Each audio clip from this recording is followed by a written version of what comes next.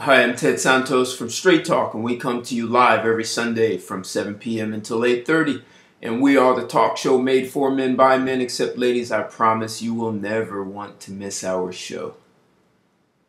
Because we talk about relationships, love, money, wealth, career, and we always do it from the man's perspective. So ladies, it is the greatest, the number one and greatest place on the planet to understand men and what we really want. You hear it straight from us, raw, uncut.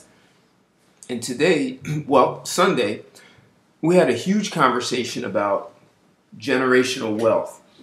And that show lasted for about a little over 90 minutes. And in 90 minutes, you really can't do justice. We could have easily gone on for 4 hours, if not more. Talking about generational wealth, there are a few things that we did touch on. We didn't dive deep into investments and insurance, kinds of businesses, how you educate your children. There are lots of things that we didn't touch on. But there are 4 things that I want to talk about today that are important, and some that we didn't even look at. So one is, we are all born into a family. And many families have traditions. I lived in Washington, D.C., and one of the traditions in D.C. was, hey, you grow up, you graduate high school, you can go to college or not, and you get a good government job with benefits. And you move on, and your children and grandchildren all follow really the same tradition. There were times when we had more manufacturing in the U.S., and your father worked in a factory, and so did you and your son and his son. And you have generations of working in factories. Well, a job cannot be passed on to your children and grandchildren. Now, there are people who have built businesses. You may be in the real estate business, and you buy, rehab, you fix up, and you flip real estate. Well, you don't want to keep just doing the same thing. So you really want to sometimes abandon those traditions. Just getting a good government job with benefits, start looking outside of that.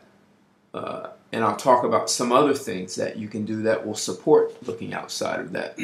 But if your family has a business, if it's real estate, just flipping, you don't have to be stuck with that. You need to look at other ways to generate revenue, and it could still be within real estate. You may be buying a 50-unit apartment building instead of just flipping. You may buy distressed property and collect rent, where this way you have passive income coming. There are other things that you can do. You could even go into, which could be more complicated, but maybe when you're building and rehabbing, maybe the products you buy are not the quality you need to do what you want. So you may actually even go into manufacturing of some products that support building homes. So don't be just stuck with, it's all that we do, this is what my family do. There are lots of wealthy families that venture out into other aspects of their business. It can be somewhat tangential and related, but not exactly what grandpa started. I've seen companies make consumer food products, and grandpa started it with a small storefront, and then the son-in-law took it over and he starts selling to retailers, and now the grandsons have it, and they're just huge. Not only they're selling to more retailers, they're actually making products for other people, which is called co-packing. So still in the same business, using the same products, plants, facilities, and employees, but they ventured way beyond what grandpa started with the storefront. So abandoning family traditions can be to your benefit. You don't have to be stuck. Another thing is to not depend on school. So a lot of parents, you have children and you believe the school system is going to teach your children everything they need to know about life and how to grow up and finance and managing money and even managing the way you think. Well, school doesn't do that. And even when you do go to school, there is about 43% of people who graduate college, they never read a book again. They never complete a book again. So your own personal development can never, ever stop. And especially if you look at number one, if you abandon some family traditions and you go into a different direction, you'll have to constantly educate and develop yourself. And even if you are going to run a business or do investments, you're constantly going to have to educate yourself on changing trends, changing economy, global conditions. So never depend on what you learned at school to be sufficient to take you where you want to go. And with that said, even when you do have an education, you also want to look at developing valuable skills. So if we look at number one, abandon family traditions. Don't be stuck with them. Number two, never depend just on school. And number three, learn a valuable skill. So that skill could be finance, it could be marketing, it could be sales.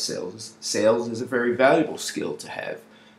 It could be from a legal perspective. It could be legal in the courtroom, representing clients, or it could be legal in HR. There are lots of people who go to law school and then work in HR. So develop a very specific skill that you can leverage beyond a job, that people find valuable, that you can now market. You become a marketable product, you could say, where people want your services for your expertise. And number four is plan at least 4 generations ahead. So this is whether it's investing, whether it's starting a business, it's well beyond just you and your spouse. And I'll add, generational wealth. It's actually good to have a spouse so you can have children to pass on. So if you're looking well beyond just you and your children and your grandchildren, your great-grandchildren, there are families where college education has already been paid for the grandchildren, even great-grandchildren, before you've been conceived. These are people who are planning well in advance for the success of their children and their future generations. So if you are starting a business, and we go back to real estate, and your children are taking over, have them think long term and 4 generations ahead, because then it becomes well beyond them just making decisions for today. It's more than just yourself. You don't want to throw your children into inheriting all of your debts from a credit card or a mortgage. You want to give your children a head start. And one of the things that we talked about in creating generational wealth, when you do create that kind of wealth for your children, you have them start looking at what are they really owning and investing in. Ultimately, you want to get to a place where you start to own natural resources like water supply and gold mines and iron ore mines, copper mines. When you own those kinds of natural resources, land to grow food, you can, what they call, vertically integrate an industry. So you mine for iron ore. That creates one company that does one specific job. You take that iron ore out of the mines, you put it somewhere where you can refine it. That's a separate company. And then you can refine it from a iron product and mix it with other minerals or other metals, and you can now refine that and turn it into a marketable product. And then you can sell that in the marketplace. You can sell it to car manufacturers, silverware. There are so many areas where you can sell that. And you create a business that vertically integrates each of those.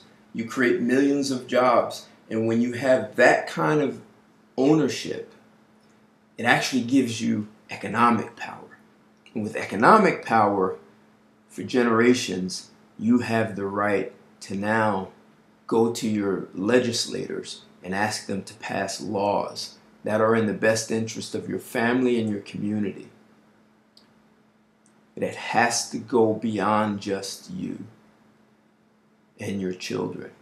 This is generations of planning. If you look at China and how strong they are in a global marketplace, China looks at 100-year plans, and they are executing rather well.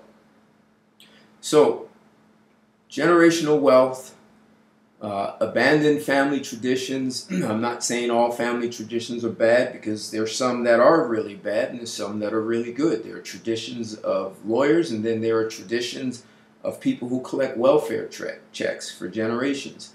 Never depend just on school. Don't think the school will give your children everything. And even when you do graduate college, do not stop developing yourself. Learn to develop valuable skills. Become really good. Master something. Be a master. If you want to be the jack of all trades, that's great, but master something. And plan 4 generations ahead.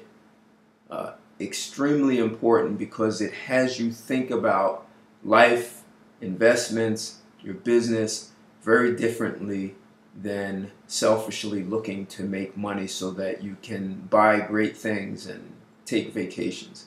Think beyond that. Think much bigger. Love to hear your comments about this topic.